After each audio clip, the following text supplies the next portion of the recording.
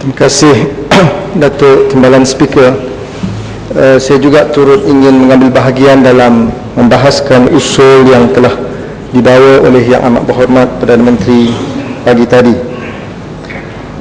Cuma persoalan yang timbul dalam perbahasan ini ialah apakah yang mendorong secara tiba-tiba Perdana Menteri untuk membawa usul dalam Dewan Rakyat pada pagi ini. Apakah kerana Perdana Menteri melihat Pakatan Rakyat telah berjaya memimpin satu demonstrasi yang luar biasa mengutuk kebiadaban dan keganasan Zionis Israel? Pada 4 Jun yang lalu, kita ni serius. ya serius ini serius. Pada 4 Jun yang lalu, Pakatan Rakyat memimpin sejumlah 20,000 rakyat Malaysia pelbagai kaum untuk mengutuk kebiadaban Zionis Israel. Sedangkan demonstrasi pemuda UMNO tak sampai 100 orang. Dan saya tidak lihat wakil PDB dalam demonstrasi tersebut. Saya tak lihat wakil MCA mewakili demonstrasi tersebut. UMNO pun hanya segelintir sahaja yang benar-benar memahami sentimen rakyat Palestin yang ditekan oleh Zionis Israel. Yang berhormat Gomba. Tetapi saya tak ada lawan, saya tak ada masa. Kita dalam usul yang serius, jangan politik lah. Ini bukan politik. Ini serius. Bukan politik. Sedangkan 500,000 boleh kalau jabatan oleh bukan soal kalau kita hukum kita bukan nak main politik. Mari kita bersama-sama. Lepas ini saya nak cadangkan Perdana Menteri. Saya nak cadangkan Palestin. Ada cadangan. Seri Gading lepas ni bangun berbahaslah. Yalah, tetapi dia dah bersungguh-sungguh tak dapat juga jadi timbalan menteri, senator yang dapat. Speaker. Datuk Speaker,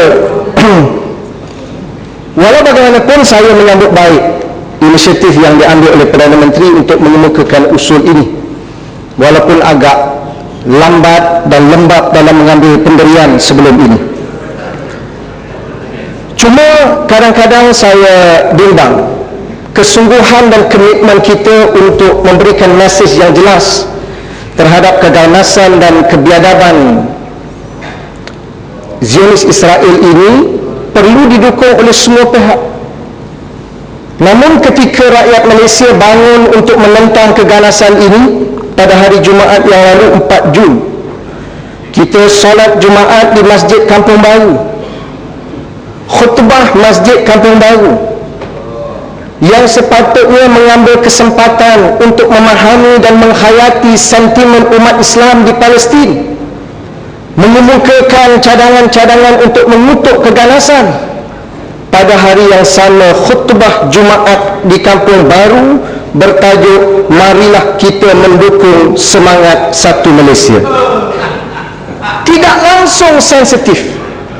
Puluhan ribu umat Islam dan rakyat Malaysia sedang berhimpun untuk menegur dan mengutuk keganasan Israel. Khutbah Jumaat bertajuk marilah dukung gagasan satu Malaysia. Di mana tanggungjawab Majlis Agama Islam Wilayah Persekutuan? Di mana tanggungjawab Menteri Agama untuk membangkitkan semangat kesepaduan menentang keganasan di bumi Palestin, khususnya di Gaza? Datuk Speaker, sebab itu saya lihat usul ini tempang. Walaupun ada beberapa cadangan yang baik, tetapi masih tempang dan tidak sempurna. Telah dinyatakan tadi, dalam usul yang dibentangkan oleh Perdana Menteri langsung tidak menegur dan menekankan peranan Amerika Syarikat dalam melindungi Zionis Israel. Tidak ada. Sebab itu beberapa pembahas bangun mencadangkan supaya kerajaan Malaysia lebih berani untuk memasukkan satu lagi para dalam usul ini, memberikan amaran yang keras kerana kerajaan Amerika Syarikat juga mempunyai tanggungjawab moral untuk menghentikan kebiadaban dan keganasan Zionis Israel. Kalau Perdana Menteri boleh bersetuju dengan Presiden Obama ketika lawatannya Washington DC untuk menyokong usul sekatan ekonomi terhadap Iran atas alasan kononnya Iran sedang membangunkan senjata nuklear, mengapa Perdana Menteri tidak berani untuk mengambil pendirian yang sama, menegur Presiden Obama hentikan pembangunan senjata nuklear oleh Israel?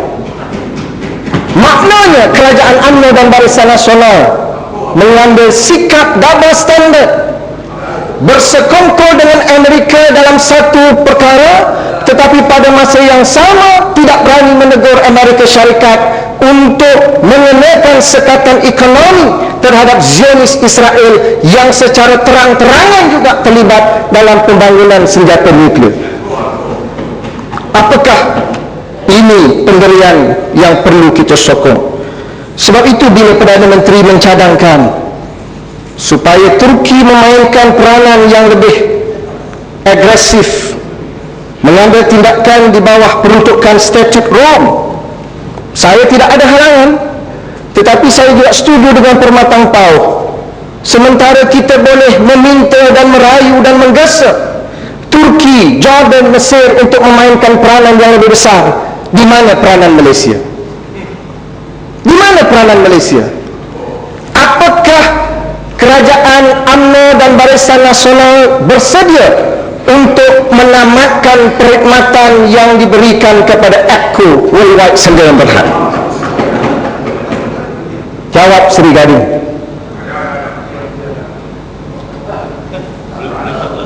Mungkin wakil parti APCO ada di sini daripada Perikatan. Di mana keseluruhan kita? APCO ditunjangi oleh Zionis Israel. UMNO boleh tanda tangan perjanjian dengan Zionis Israel. Di mana pendirian kita ini? Saya kata double standard. Tetapi rakyat Malaysia bukan bodoh. Sebab itu bila UMNO anjurkan demonstrasi, orang tidak mau pergi. Mereka tahu ini hipokrit. Dalam satu masa mereka menyerang Amerika, menyerang Israel. Dalam masa senyap-senyap, UMNO tanda tangan perjanjian dengan APCO. Wahai Seri Gading, jawab dengan pengundi Seri Gading. Di mana pendirian UMNO dalam perkara ini? Apakah UMNO bersedia untuk menamatkan perkhidmatan dengan APCO Worldwide Sdn Bhd? Kerajaan sedikit boleh pulau sikit. balik pulau. Bomba